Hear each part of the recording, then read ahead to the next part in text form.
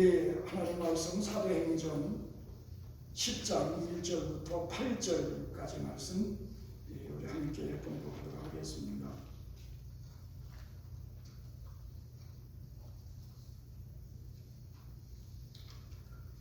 사도행전 10장 1절부터 8절까지 말씀입니다. 신약성경 203쪽에 있습니다.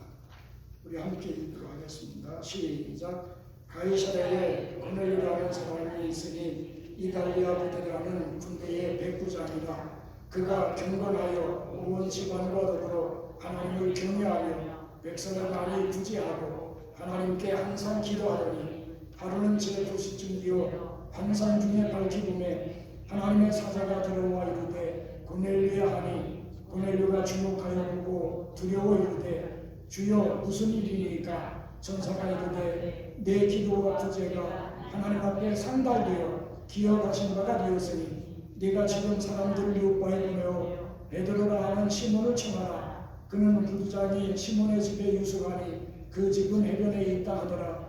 마침 말하던 전사가 떠나매 고넬료가 집안 하인들과 부하 가운데 경건한 사람 하나를 불러 이 일을 다 이루고 요바로 보내니라. 아멘. 지난주에는 하나님께서 동방의 에덴의 동산을 창설하신 목적, 다시 말씀드리면 아담과 하와를 위해서 이제 그 최초의 가정을 세우신 목적이 무엇인가에 대해서 우리가 함께 살펴보았습니다. 하나님께서는 아담과 하와여금 여호와를 경외하며 또 하나님을 중심으로 살아가는 그의 가정 속에서 기쁨과 즐거움과 행복이 충만한 삶을 영위하고, 그리고 하나님께서 창조하신 자연, 그리고 하나님께서 계획하신 그 역사를 계승해 나갈 수 있도록 하시기 위해서 하나님이 가정을 세우셨다 말씀드렸습니다. 하지만 아담과 하와는 에덴 동산에서, 즉 하나님 나라에서 지켜야 될 법을 어기고, 그리고 사탄의 유혹을 받아서 선과 악을 알게 하는 나무의 열매를 따먹음으로 말미암아 하나님과의 관계, 사람과 사람과의 관계, 그리고 사람과 자연, 물질과의 관계가 파괴되어졌고, 그뿐 아니라 결국에는 에덴 동산에서 쫓겨남으로 말미암아 기쁨과 즐거움과 행복을 잊어버리고 슬픔과 고통 속에서 저주 가운데서 헤허덕이는 그런 인생을 살아가게 되었던 겁니다. 물론 이 아담과 하와 인류의 조상이었기 때문에 그 이후에 생겨난 모든 사람들은 역시 아담이 저지르는 이 죄 때문에 이제 똑같은 운명 속에서 이제 살아갈 수밖에 없게 되었던 것입니다. 그런데 하나님께서는 그들을 사랑하셔서, 우리가 요한복음 3장 16절에도 하나님이 이 세상, 이 어떤 성경에는 people로 번역되었습니다. 사람을 이처럼 사랑하사 독생자를 주셨다. 그러니까 하나님은 하나님의 형상대로 창조하신 우리 인간을 무척 사랑하셨어요. 그래서 시대마다 믿음 있는 사람들을 통해서 그 사람들을 구원하시고 그들에게 은혜를 주시고, 그리고 하나님께서 계획하신 그 역사를 지속적으로 이루어 나가셨던 겁니다. 우리가 예를 들면 구약시대에는 하나님께서 아브라함을 택하셔서 그를 믿음의 조상으로 세우시고 그의 후손들을 통해서 이스라엘 민족 공동체를 세우심으로 말미암아 그들을 구원하시는 이 하나님의 역사가 믿음의 사람, 순종의 사람 아브라함을 통해서 이루어졌던 것입니다. 오늘 본말씀에 보면 본말씀의 주인공으로 등장하는 고넬료도 역시 마찬가지입니다. 만약에 이 아브라함이 구약시대에 하나님의 구원의 역사에 그렇게 소중하게 쓰여졌다면 이 신약시대에 교회사적으로 볼 때 어떤 면에서 정말 획기적인 이 역사를 이룬 사람이 고넬료라고 볼 수 있습니다. 왜냐하면 바로 고넬료 가정에 임했던 성령의 역사로 말미암아 어떤 교회가 세워졌습니까? 안디옥 교회가 세워지게 됐습니다. 이 안디옥 교회에서 어떻게 했습니까?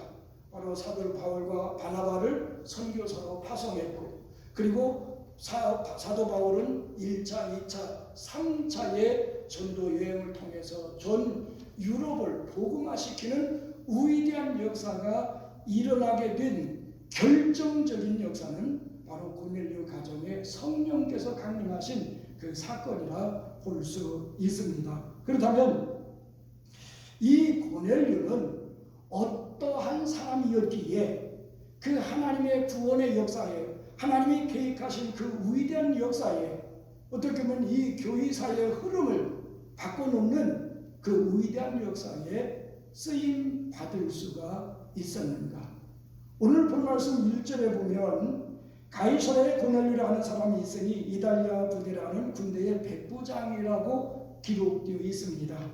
이제 이 가이사랴는 예루살렘에서 서북쪽으로 약 104km 정도 떨어진 해안 도시입니다.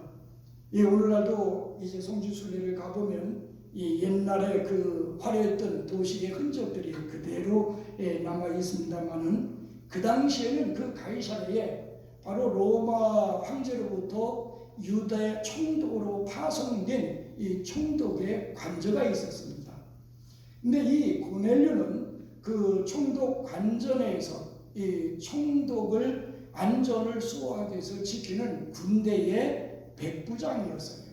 이 백부장은 오늘날은 이제 이 중대장쯤 되는 그 고위 그 계급은 아니고 이제 하위 계급이라고 볼 수 있습니다. 그런데 2절에 보면 그가 경건하여 온 집안으로 더불어 하나님을 경외했다고 했습니다.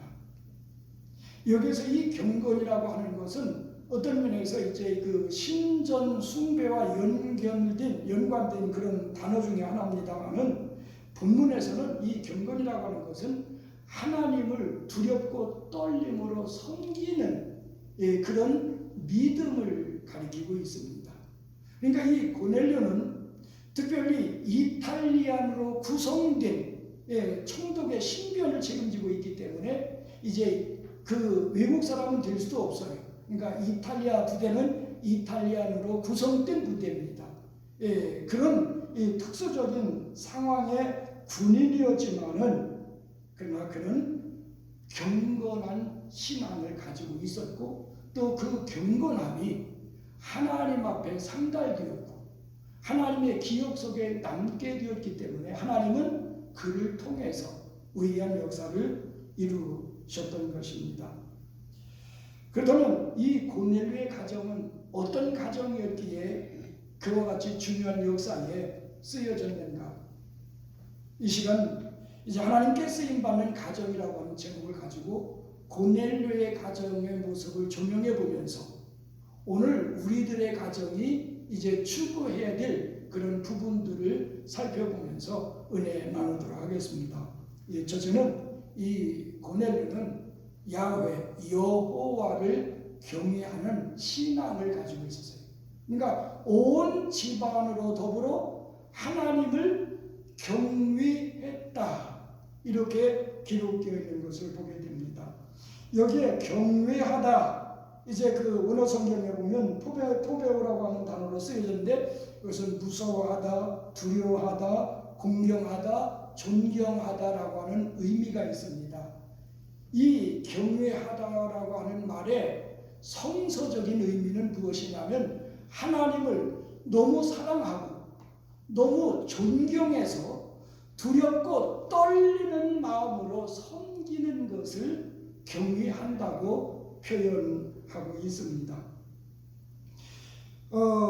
좀 전에 말씀드렸습니다. 이 고넬료는 이탈리안이었어요. 그렇죠? 로마에서 파송된 군대의 백부장이었습니다. 근데 그 당시 로마에는 수많은 신들이 있었어요. 이 고넬료는 그 문화 속에 태어났고 그 많은 신들을 섬기며 살아왔지만은 그러나 어떤 은혜인지는 알 수 없지만은 그가 팔레스타인 즉 유대에 와서 근무하는 동안에 여호와 하나님 유대인들이 섬기는 하나님을 그는 믿고 그 하나님을 경외함으로 섬기고 있었다고 하는 것입니다. 이것은 정말 이 보통 일이 아닙니다. 물론 가버나움에 있던 백부장도 예수님께서 이 온 이스라엘 백성들 가운데도 이만한 믿음을 만나보지 못했다. 이 가버나움의 한 백부장도 그렇게 칭찬받긴 했습니다마는 그러나 그 당시에 유대인들조차 예수님의 보시 기대하는 수준에 미치지 못했는데 이 로마의 백부장이 예수님께 이렇게 칭찬받고 인정받을 수 있었다고 하는 것은 정말 놀라운 일입니다.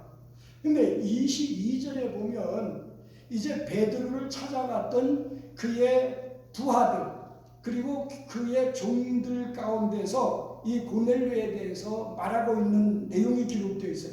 뭐라고 말합니까? 고넬료는 의인이요 하나님을 경외하는 사람이라 온 유대 온 족속이 칭찬하더니라고 기록되어 있어요. 그러니까 이 가장 가까이에 있는 사람들은 그 사람의 단점과 장점, 허물과 모든 것을 다 알 수 있어요. 그렇기 때문에 가장 가까이 있는 가족들에게 인정받는 건 쉬운 건 아니에요. 그렇죠? 아내나 남편으로부터 인정받는다고 하는 건 쉬운 게 아닙니다. 속속들 다 알고 있기 때문에.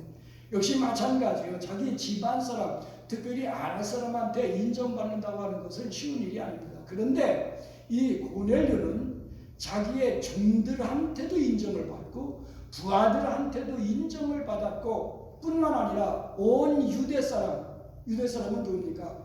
피식민지, 식민지 사람들이에요. 어떤 면에서 이 로마의 백부장이라면 이건 원수같이 바라볼 수 없는 그런 관계입니다. 그러니까 원수들조차도 이 고넬료의 경건한 신앙에 대해서는 칭찬했다고 하는 사실입니다. 이와 같은 믿음이 있었기 때문에 하나님은 그를 들어 쓰실 수 있었던 겁니다. 이처럼 하나님께서는 어느 시대든지 마찬가지예요. 우리가 성경에 나타난 많은 인물들 가운데 특별히 하나님 앞에 쓰임을 받았던 사람들을 보면 뭔가 특징이 있어요.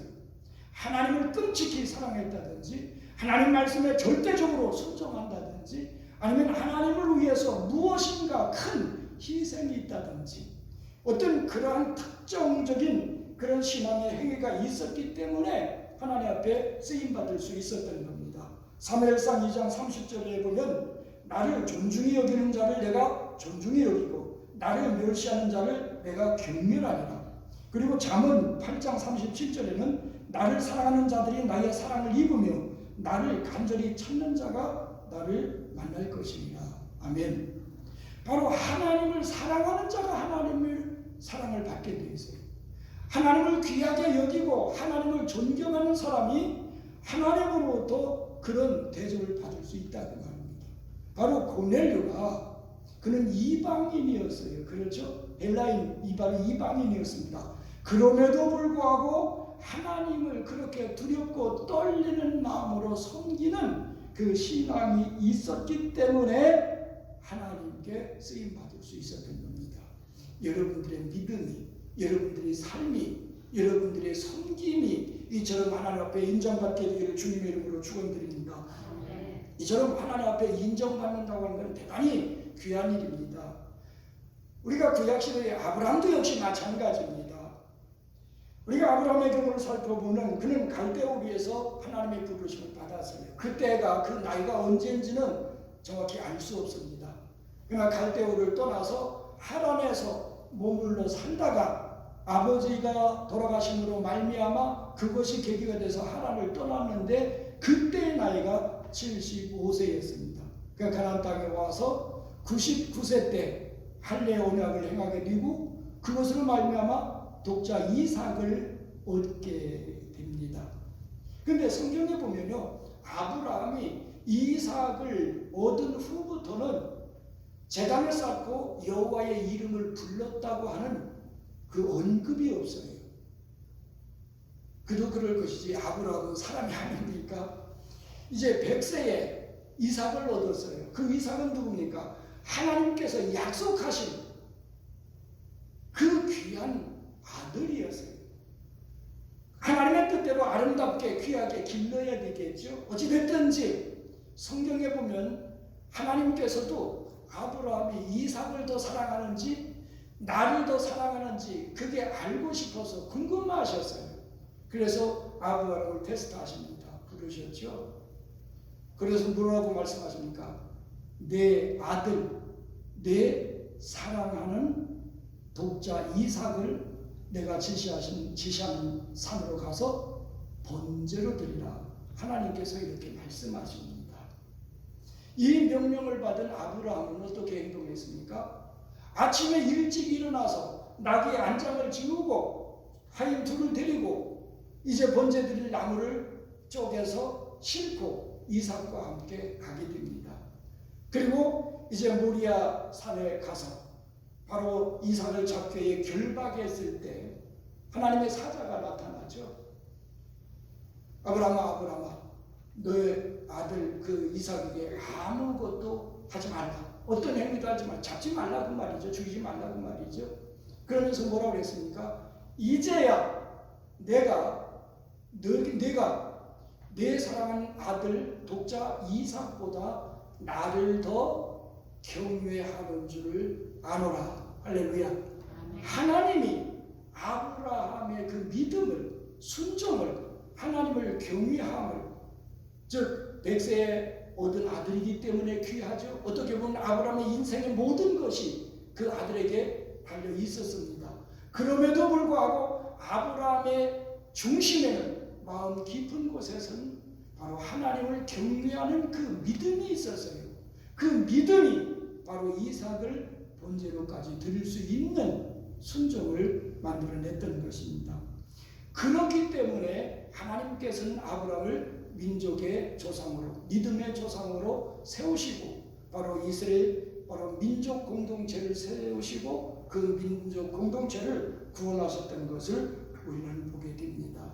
따라서 여러분의 가정도 또 여러분 자신도 아브라함의 가정처럼, 그리고 신약시대에 오늘 본 말씀에서 말씀해주고 있는 고넬료처럼, 이 고넬료의 가정처럼 하나님을 사랑하는 마음이, 하나님을 경외하는 신앙이, 하나님을 위해 살아가는 그 헌신의 삶이 인정받게 되기를 주님의 이름으로 축원드립니다. 이렇게 인정되어질 때 하나님께서는 여러분을 통해서 무슨 일인가 하십니다. 하나님이 계획하신 그 일들을 해나가시는 것을 우리는 알 수 있습니다. 그 다음에 두 번째로 이 고넬료의 가정은 행복을 창조하는 가정입니다. 자, 우리가 지난주에 살펴봤습니다. 하나님께서 아담의 가정을 세우신 목적은 첫째는 하나님을 경외하기 위해서, 둘째는 행복한 삶을 위해서, 그죠? 에덴 자체가 기쁘다, 즐겁다, 행복하다라고 하는 뜻을 지녔다고 그랬어요. 마찬가지로 이 고넬료의 가정도 역시 그런 행복을 창조하는 그런 가정이었어요. 물론 본 말씀 속에 그 직접적인 그런 문구는 없습니다. 그러나 이제 2절 말씀에 보면 2절 하반절에 백성을 많이 구제하고 항상 기도하더니라고 기록되어 있어요. 여기서 구제라고 하는 엘라 보시면은 이제 불쌍히 여기다 뭐 자비, 긍휼, 자선, 구제, 그런 의미로서 쓰여지고 있습니다만은 이것은 가난하고 불쌍한 사람들에게 기부하는 어떤 그 뭡니까 선물이나 아니면 그 기부금을 이제 구제라고 합니다. 그런데 지난 주일날 이제 말씀드리기를 하나님께서 에덴의 동방의 에덴의 동산을 창설하셨다. 그런데 에덴에서부터 뭐가 흘러나왔어요? 물이 흘러나와 동산을 적시고 거기서부터 4대 강의 근원이 됐다. 우리가 지난주에 그렇게 살펴봤죠. 역시 하나님께서 아담의 가정을 세우신 것은 아담이 하나님을 중심으로 살아가면서 그 삶은 어떻습니까? 하나님의 중심적인, 하나님을 경외하는 삶은 기쁘고 즐겁고 행복한 삶이에요.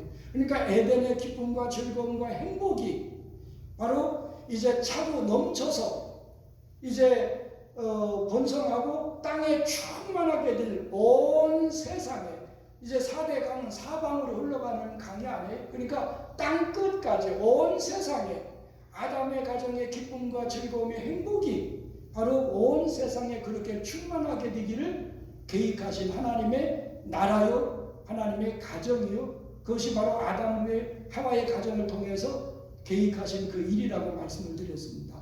역시 마찬가지예요. 이 고넬료의 가정도 하나님을 경외하다 보니까 이 경외는 경건한 삶 속에서 그의 가정에는 기쁨과 은혜와 능력과 정말 즐거움과 행복이 충만했어요. 이런 충만함이 다른 사람들에게까지 흘러가도록 만들었던 사람이 바로 고넬료입니다. 자기만 예수 잘 믿고 구원받은 것으로 기뻐하고 만족하지 않았어요. 자기가 로마의 백부장으로서 누릴 수 있는 권력, 그것을 즐기며 사는 것이 아니에요. 자기 가정의 의식주가 해결됐다고 해서 그것으로 만족했던 것이 아니라 비록 식민지였고 정말로 이 억울하게 가난하게 힘들게 살아가는 그 사람들 이제 사랑하며 그리고 그들을 돕는 그런 가정이 됐다고 하는 사실입니다. 조금 전에도 말씀드렸습니다. 이 고넬료는 경건한 사람이라고 했어요. 이 경건한 사람이라고 하는 것은 하나님을 두렵고 떨리는 마음으로 섬기는 그런 사람이라 그 말입니다. 그런데 이렇게 하나님을 사랑하고 섬기는 이 신앙은 어디에 있어요? 이 마음 속에 있습니다. 여러분들이 잠자리에 들기 전 매일매일 하루의 삶을 돌아보십니까? 만약에 그렇더라면 잠들기 전에 하루의 삶을 돌아볼 때 내 마음이 하나님께 향하여 있고 하나님의 뜻을 이루어드리고 하나님 말씀대로 순종하기 위한, 그러니까 내 신경과 마음과 정신과 이 집중이 하나님께 향하여 있던 그 순간들이 얼마나 됩니까? 한번 오늘 저녁에 여러분들이 한번 실험해 보시기 바랍니다. 잠들기 전에 잠깐이라도 생각해 보세요. 오늘 주일날입니다. 특별히 주일날 하루 내 마음속에서 하나님을 생각하고 정말 하나님을 두렵고 떨리는 마음으로 섬기는 것, 이 경외한다고 하는 것은요, 전 마음과 전 관심과 전 신경과 전 삶과 이 모든 것이 하나님께 향하여 있을 때, 하나님께 집중되어 있을 때, 내 인생의 초점이 하나님께 맞춰져 있을 때 가능한 겁니다. 그것은 내 마음속에 내적으로 이루어지고 있는 거예요. 그런데 내적으로 이루어지고 있는 이 경건함이 고넬료의 경우는 이웃 사랑으로 그것이 승화되어 나타났다고 하는 겁니다. 예수님 말씀하셨죠. 바로 이 십계명은 하나님을 사랑하고 이웃을 사랑하라고 하는 것입니다. 그것이 율법과 선지자의 강령입니다. 그런데 하나님을 사랑할 때 어떻게? 마음을 다하고 뜻을 다하고 성품을 다해서 주 너희 하나님을 사랑하라. 그러니까 우리가 온 마음과 뜻과 정성과 온 힘을 기울여서 하나님을 경외해야 돼요. 이건 둘째는 이와 같으니 하나님을 경외하는 그 경외함이 하나님이 보이지 않고 만져지지 않기 때문에 내 그 하나님을 향한 사랑, 하나님을 향한 경외, 하나님을 향한 그 섬김이 어떻게 이루어집니까? 마음으로는 가능하지만 실제 행동으로 실제 삶이 이루어지지 않잖아요. 그러니까 둘째는 이와 같다고 하는 것은 하나님을 향한 첫째 그 마음을 다하고 뜻을 다하고 성품을 다한 이 사랑이 이웃을 내 몸과 같이 사랑하라. 이웃 사랑으로 승화되어 표출되어지는 것, 그것이 고넬료의 신앙이었고 고넬료의 삶이었습니다. 그것이 어떤 면에서 하나님께 받은 은혜를 우리가 다른 사람들에게 나눠주는 것이고 고넬료의 가정에 있었던 기쁨과 즐거움과 행복을 바로 구제라고 하는 사랑을 통해서 바로 승화시켜 흘러보냈다고 하는 사실입니다. 그것이 바로 행복을 창조하는, 자기뿐만 아니라 다른 사람까지 행복하게 만드는, 기쁘게 만드는, 즐겁게 만드는 그런 창조적인 신앙이요 삶이라고 볼 수 있습니다. 이 구제는요, 선민 2세 백성이 마땅히 의무적으로 해야 될 그런 덕목이었어요. 왜냐하면 신명기 15장 7절에서 10절에 보면 내 하나님 여호와께서 내게 주신 땅 어느 성읍에서든지 가난한 형제가 너와 함께 거주하거든 그 가난한 형제에게 내 마음을 완악하게 하지 말며 내 손을 움켜쥐지 말고 반드시 내 손을 그에게 펴서 그에게 필요한 대로 쓸 것을 넉넉히 부어주라. 삼가 너는 마음에 악한 생각을 품지 말라. 곧 이르기를 일곱째 해 면제년이 가까웠다 하고 내 궁핍한 형제를 악한 눈으로 바라보며 아무것도 주지 아니하면 그가 너를 여호와께 호소하리니 그것이 네게 죄가 되리라. 너는 반드시 그에게 줄 것이요 줄 때는 아끼는 마음을 품지 말 것이니라. 이로 말미암아 네 하나님 여호와께서 네가 하는 모든 일과 내 손이 닿는 모든 일에 네게 복을 주리라. 하나님께서 이스라엘 백성들에게 주신 법이에요. 그렇기 때문에 그들은 하기 싫어도 구제는 하게 되어 있습니다. 그러다 보니까 사람들이 세월이 흐르다 보니까 구제를 하긴 하는데 자기의 이름을 내기 위해서 다른 사람들로부터 칭찬받고 존경받기를 위해서 이제 구제를 사람들이 보게 하고 그리고 길거리에서 큰 소리로 나는 누가 되었다고 얼마나 기도했다 구제했다 그것을 광고하는 일들이 생겨났죠. 그래서 예수님께서 그렇게 말씀하십니다.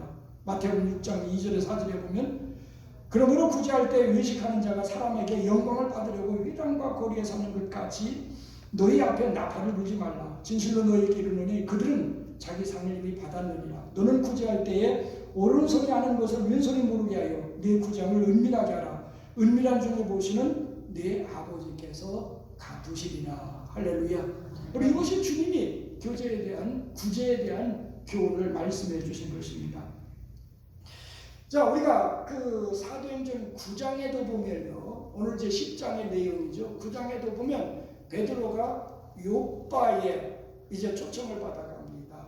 근데 욥바에 어떤 일이 있었느냐 하면 거기에 보면 다비다라고 하는 제자라고 되어 있어요. 어떻게 보면 신약 성경에서 여자로서 제자로 부르게 된, 호칭하게 된 사람은 이 사람이 처음입니다. 제자가 있는데 그 사람은 도르가다. 이제 이 다비다는 히브리식 이름입니다. 도르가는 헬라식 이름입니다. 바울도 이제 그 히브리식 이름과 그리고 헬라식 이름을 가지고 있었죠. 바로 사울은 히브리식 이름이고 바울은 헬라식 이름이죠. 로마 시민권을 가지고 있었기 때문에 두 이름을 가지고 있었습니다만은 이 다비다도 역시 마찬가지였어요. 그런데 이 다비다라고 하는 제자가 선행과 구제하는 일이 심히 많았다고 그랬어요. 우리 옛날이나 지금이나 착한 사람들, 호인들, 좋은 사람들은 그 생명이 그렇게 길지 못한 것 같아요. 이 다비다도 그렇게 좋은 일을 했는데 결국은 병들어 죽었습니다. 그러고 보니까 주변에 있는 모든 사람들이 이 다비다에 대해서 아쉬운 마음을 가졌던 겁니다. 그래서 이제 베드로를 초청했고 베드로가 가서 기도함으로 말미암아 다시 살아났습니다. 그러니까 그래서 베드로가 욥바에 있었고 이 고넬료는 그 욥바에 있던 베드로를 자기 집에 초청하게 이르렀던 겁니다. 이처럼 바로 이 선을 베풀고 구제할 때, 즉 마음속에 있는 기쁨과 즐거움과 행복을 다른 사람들에게 나누어주는 이 창조적인 삶을 살아갈 때 바로 죽었다가도 살아나는 이 하나님의 특별한 은혜를 경험하게 되는 겁니다. 역시 이 고넬료도 마찬가지였습니다. 어떻게 보면 동서고금을 막론하고 이제 이 지배자는 그 피지배자에게 함부로 다해가 돼 있어요. 그렇죠? 그러니까 그는 로마의 백부장이었기 때문에 유대인들 많은 사람들이 학대하는 그런 가운데서도 이 고넬료는 그들 따라 함께 행동하지 않고 바로 식민지의 사람들, 고난 중에 있는 사람들을 사랑하고 돌보며 구제했다고 하는 겁니다. 야고보 1장 27절에 보면 하나님 아버지 앞에서 경건하고 더러움이 없는 경건은 고아와 가부를 그 환난 중에 돌아보고 또 자기를 지켜 새 속에 물들지 아니하는 것이다. 그러니까 이 경건함의 두 가지 요소가 있어요. 내면적으로는 내 자신을 지켜서 죄짓지 아니하고 이 세속에 물들지 아니하고 구별된 삶을 살아가는 게 경건이고, 그 다음에 외부적으로는 힘들고 고통당하고 어려움 중에 있는 사람들을 돌아보고 돕는 것이 바로 경건이라고 하는 사실입니다. 하나님은 그렇게 조화를 이루는 경건한 신앙을 가지고 경건하게 살아가는 그 사람들을 들어서 자신의 뜻을 이루어 나가시는 겁니다. 바로 여러분의 가정 그리고 여러분의 신앙이 이 고넬료처럼 경건한 신앙, 그리고 여러분에게 주신 하나님의 사랑과 은혜와 능력과 축복을 힘들고 고통 중에 있는 어려운 상황에 처해 있는 그들에게 함께 나눌 수 있는 그 나눔을 통해서 여러분 마음속에 그 사람에게 베풀므로 행복해지고, 또 그 사람은 그 베풀음을 받음으로 행복해지는, 그러니까 행복을 창조하는 그런 가정이 되어지기를 주님의 이름으로 축원드립니다. 그 다음에 세 번째로 이 고넬료의 가정은 역사를 계승하는 가정입니다. 본문 3절에서 6절까지 보면, 하루는 제 9시쯤 되어 환상 중에 밝혀보매 하나님의 사자가 들어와 이르되 고넬료야 하니, 고넬료가 주목하여 보고 두려워 이르되 주여 무슨 일이니까? 천사가 이르되 내 기도와 구제가 하나님 앞에 상달되어 기억하신 바가 되었으니 네가 지금 사람들을 요바에 보내어 베드로라는 시몬을 청하라. 그는 무두장이 시몬의 집에 유숙하니 그 집은 해변에 있다 하더라. 이 오늘 말씀의 내용입니다. 우리가 이 말씀을 보면 하나님께서 고넬료의 가정에 개입하셔서 역사하기 시작하셨음을 우리는 보게 됩니다. 하나님께서는 하나님의 계획하신 뜻을 이루시기 위해서 이방인이었지만 하나님을 경외하고, 그리고 경외할 뿐만 아니라 그 경외하는 믿음을 이제 가난한 사람들, 불쌍한 사람들을 돕는 그 행복을 창조하는 그런 삶을 받으시고 기억하셨다가 때가 되니까 하나님은 고넬료의 가정에 찾아가셔서 역사하기 시작하신 겁니다. 그렇기 때문에 우리는 언제든지 정말 하나님의 기억하신 바가 될 수 있는 믿음의 행위가 있어야 돼요. 순종이 있어야 돼요. 그런 그 신앙이 있어야 되는 겁니다. 자, 아까도 말씀드렸습니다마는 이제 이 구약 시대에는 하나님께서 아브라함을 택하셨고 그를 통해서 히브리 민족의 조상이 되게 하셨고, 그리고 이스라엘 민족을 택하셔서 구원하셨어요. 그게 구약 시대의 하나님의 계획이었습니다. 그 계획 속에는 이제 이스라엘 민족 가운데 계신 하나님, 그리고 예루살렘 성전에 계신 하나님, 세계 모든 열방에 와서 이스라엘 백성의 하나님, 성전에 계신 하나님, 이스라엘 백성들과 함께 계신 하나님을 보고 믿고 구원받도록 하기 위해서 특별히 그들을 택하셨던 거예요. 그래서 그들을 제사장 나라로 세우셨던 겁니다. 그러나 그들은 잘못된 선민사상 때문에, 교만 때문에 그 하나님의 뜻에 오히려 거침돌이 되었던 겁니다. 그래서 하나님께서는 이제 계획을 바꾸셨죠. 예수 그리스도를 이 땅에 보내셔서 십자가 부활을 통해서 뭘 세우셨어요? 교회를 세우셨어요. 교회를 세우시기 위해서 주님은 마지막 승천하시면서 뭐라고 말씀하십니까? 오직 성령이 너에게 임하시면 너희가 권능을 받고 예루살렘과 온 유대와 사마리아와 땅끝까지 이르러 내 증인이 되라. 그러니까 이제는 복음을 들고 땅끝까지 찾아가라고 하는 것입니다. 주님이 승천하신 후에 열흘 만에 성령이 강림하셨고, 그리고 교회가 탄생됐어요. 그렇게 세워진 예루살렘 교회, 지상 최초의 교회가 어떻게 했습니까? 이제 창립 예배 설교 듣고 3,000명의 결신자를 얻게 됩니다. 또 성전 비문의 안전병의 사건으로 남자는 5,000명이 돌아옵니다.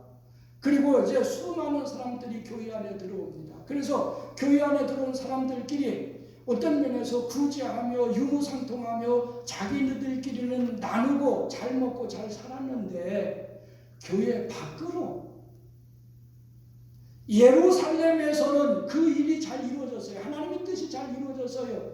교회가 아름답게 교회 생활을 잘 했습니다. 그러나 예루살렘을 떠나지를 못한 거예요. 예루살렘을 넘지를 못한 거예요. 그래서 하나님께서는 스데반 집사님의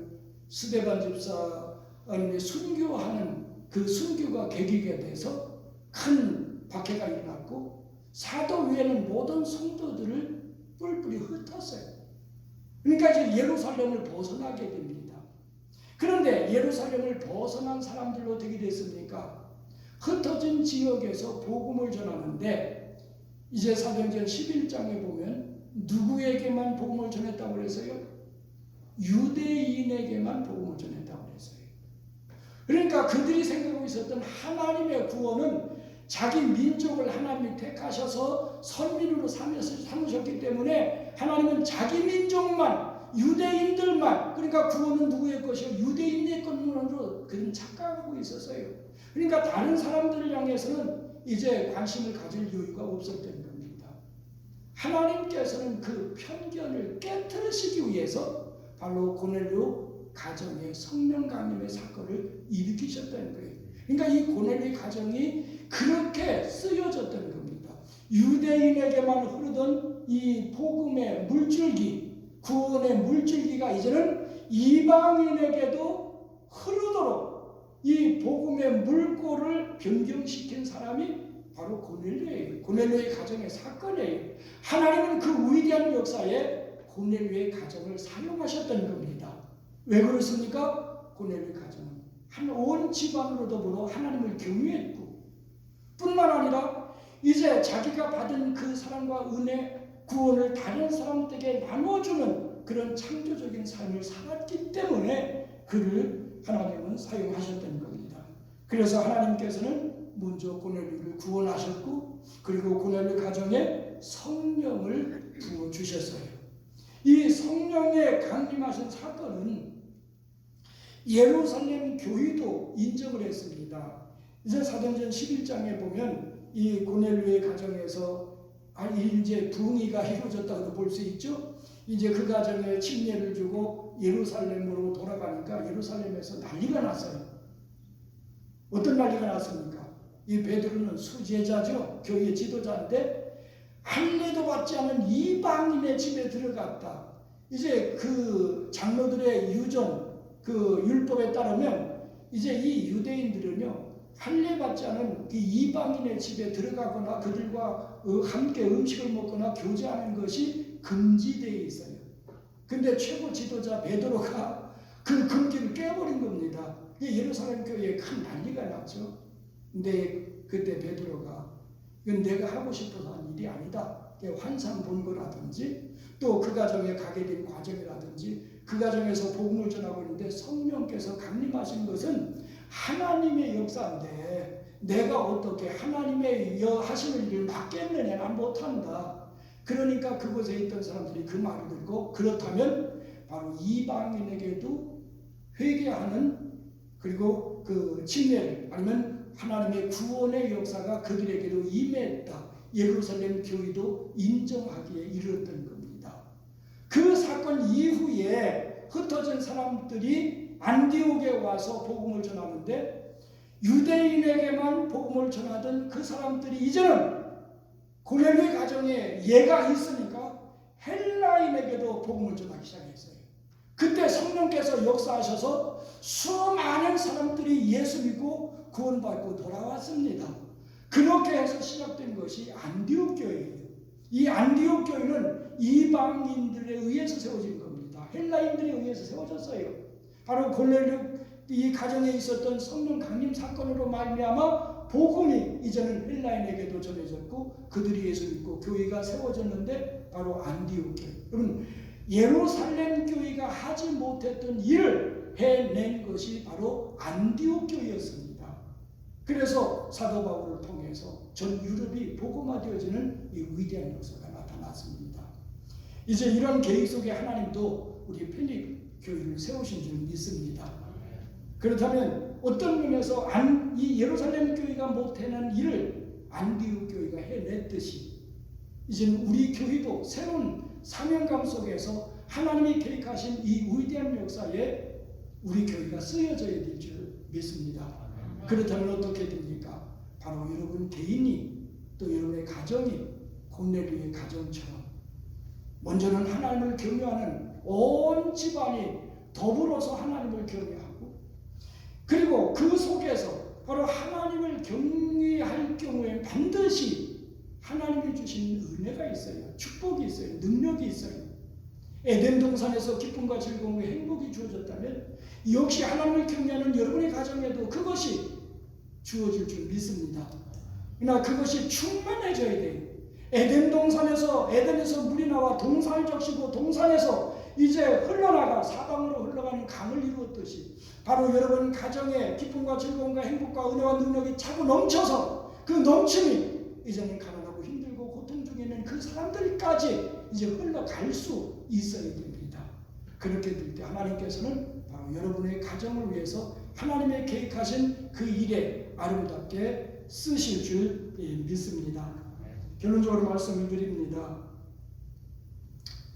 이 고넬료의 이 구제함이 그리고 항상 기도함이 하나님께 상달도 있고 하나님의 기억하신 바가 됐다고 사전에 말씀하고 있습니다. 그렇다면 지금까지 여러분들이 인생을 살아오시면서 그리고 신앙생활 하시면서 여러분에게 있어서는 언제가 그리고 무엇이 하나님께 상달됐다고 생각하십니까?